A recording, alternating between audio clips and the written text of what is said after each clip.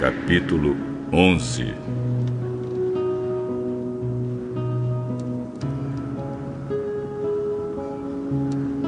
Naquele tempo, todos os povos falavam uma língua só. Todos usavam as mesmas palavras. Alguns partiram do Oriente e chegaram a uma planície em Sinar, onde ficaram morando. Um dia disseram uns aos outros: Pessoal, vamos fazer tijolos queimados. Assim eles tinham tijolos para construir em vez de pedras e usavam piche em vez de massa de pedreiro. Aí disseram: Agora vamos construir uma cidade que tenha uma torre que chegue até o céu. Assim ficaremos famosos e não seremos espalhados pelo mundo inteiro. Então o Senhor desceu para ver a cidade e a torre que aquela gente estava construindo. O Senhor disse: Essa gente é um povo só, e todos falam uma só língua. Isso que eles estão fazendo é apenas o começo.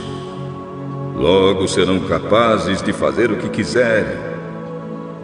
Vamos descer e atrapalhar a língua que eles falam, a fim de que um não entenda o que o outro está dizendo. Assim, o Senhor os espalhou pelo mundo inteiro e eles pararam de construir a cidade. A cidade recebeu o nome de Babel, pois ali o Senhor atrapalhou a língua falada por todos os moradores da terra e dali os espalhou pelo mundo inteiro. São estes os descendentes de Sem.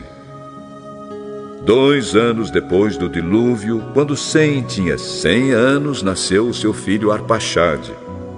Depois disso, Sem viveu mais 500 anos e foi pai de outros filhos e filhas. Quando tinha 35 anos, Arpaxade foi pai de um filho chamado Selá.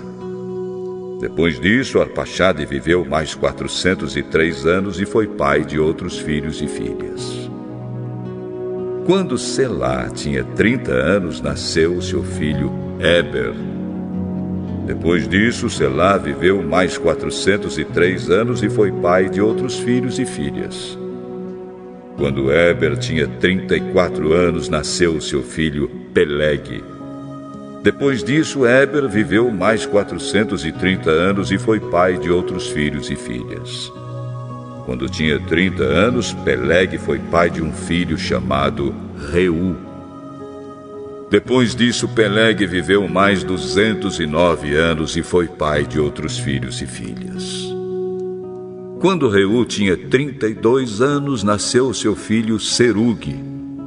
Depois disso, Reu viveu mais 207 anos e foi pai de outros filhos e filhas. Quando Serugue tinha 30 anos, nasceu seu filho Naor. Depois disso, Serugue viveu mais 200 anos e foi pai de outros filhos e filhas. Quando Naor tinha 29 anos, nasceu seu filho Tera. Depois disso, Naor viveu mais 119 anos e foi pai de outros filhos e filhas. Depois que completou 70 anos de idade, Tera foi pai de 3 filhos: Abrão, Naor e Harã. São estes os descendentes de Tera, que foi o pai de Abrão, de Naor e de Harã. Harã foi o pai de Ló. Tera ainda vivia quando seu filho Harã morreu na Babilônia, na cidade de Ur, onde havia nascido. Abrão casou com Sarai e Naor casou com Milca. Milca e Isca eram filhas de Harã. Sarai não tinha filhos, pois era estéril. Tera saiu da cidade de Ur, na Babilônia, para ir até a terra de Canaã, e levou junto o seu filho Abrão, o seu neto Ló, que era filho de Harã, e a sua nora Sarai, que era mulher de Abrão. Eles chegaram até Harã e ficaram morando ali. E Tera morreu em Harã, com a idade de 205 anos.